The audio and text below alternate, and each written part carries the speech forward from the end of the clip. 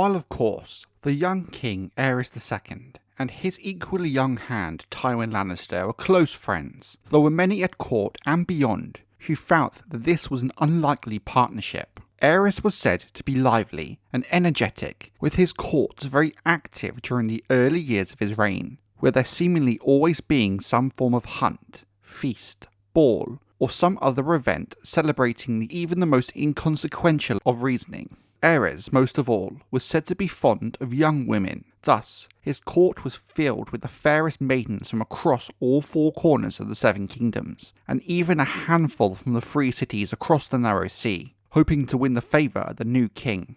There are some accounts that go as far as to claim that Aerys in fact had as many, if not more mistresses than the infamous glutton king Aegon IV, the Unworthy, whose countless mistresses and bastards born to them would lead to the Blackfire rebellions that would plague House Targaryen for generations. How factual these claims of mistresses are, we can never be sure, but we do know they did exist. The key difference between Aerys and Aegon was Aerys was always seemed to lose interest in his lovers quickly, with many of them not remaining in his favour for longer than a fortnight, with the longest around half a year. And most important of all, as far as we can tell, Aerys never fathered bastards on any of these women. So why did many feel Aerys and Tywin were an unlikely partnership? Everything Aerys loved, the balls, feasts, grand hunts, mistresses, Tywin seemed to actively dislike. It was thought that sooner rather than later, this would cause a divide between the king and his hand. It did in truth not come to pass.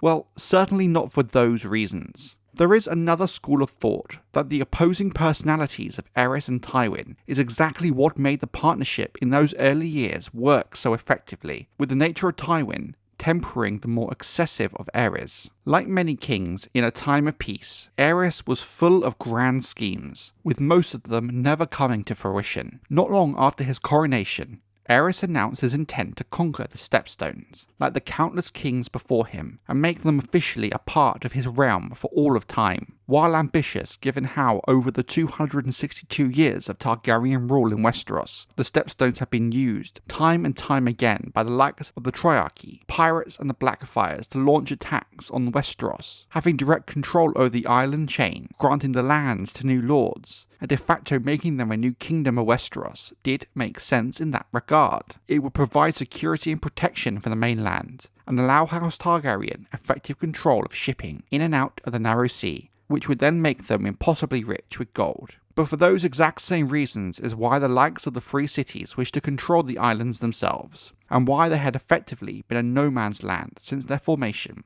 No one power could allow another to have that kind of control over them, and thus, in the end, these plans of Aerys were forgotten. In 264 AC, a visit to King's Landing was made by Lord Rickard Stark of Winterfell, who had made the long trip to the south to meet the small council regarding many pressing political matters in relation to the north. These talks with Lord Rickard then awakened Aerys' interest in his northernmost kingdom, and from then on, Aerys hatched a plan.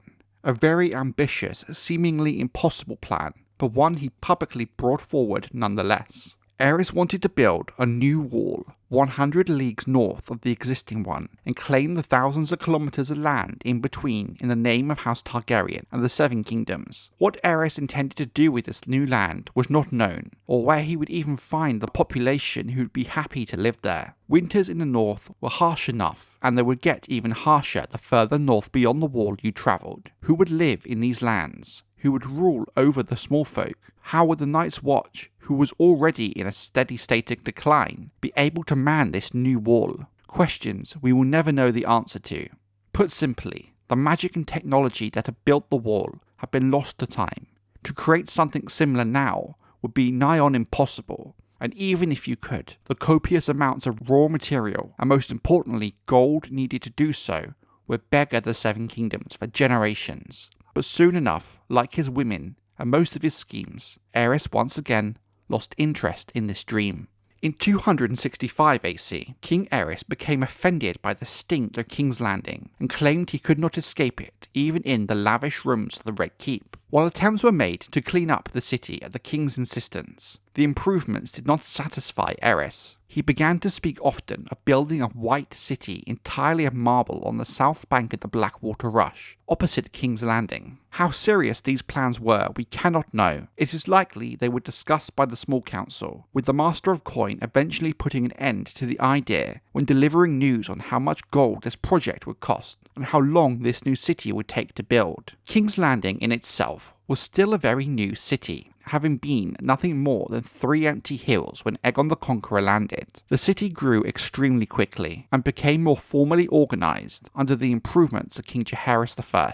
While there is still much to be done within King's Landing itself, the idea of building a new city so close was always going to be a non-starter, and much like his dream of a new wall, this one also faded quickly. But a positive to be taken from this fixation of Aerys is King's Landing did itself see a lot of improvement or renovation and repairs that had been needed over the last few decades. In 267 AC, after a dispute with the Iron Bank of Braavos regarding certain amounts of money borrowed by his father King Jaehaerys II during the War of the Nine Penny Kings, Aerys announced that he would build the largest war fleet in the history of the world to bring the Titan of Braavos to his knees. Again, nothing ever came of this, and no war fleet was built. However, the dispute with the Iron Bank of Braavos was resolved, especially as the Iron Bank is well known for not letting their investments go unpaid. Without them enforcing the debt, other banks and debtors would see the bank as weak. It's not known how exactly the debt was settled, but it is speculated that the Hand of the King, Tywin Lannister, managed to negotiate an accord to satisfy both the Iron Bank and the King, but it is assumed he did so as the issue was never raised by Aerys again for the rest of his rule. There is some speculation, unconfirmed at that Tywin Lannister used some of House Lannister's vast fortune to settle the matter himself, the crown owing the sum of money to House Lannister personally than the formidable Iron Bank. In 270 AC, during a visit to Sunspear in Dorne, Aerys told the Prince of Dorne that he wished to make the Dornish deserts bloom by digging a great underground canal beneath the mountains to bring water down from the rainwood. This proposal, as we have learned with the many others the king had suggested, was never truly entertained in a serious capacity. But the Prince of Dorne and the small council did go along with the king's new fixation until it once again faded and was replaced anew.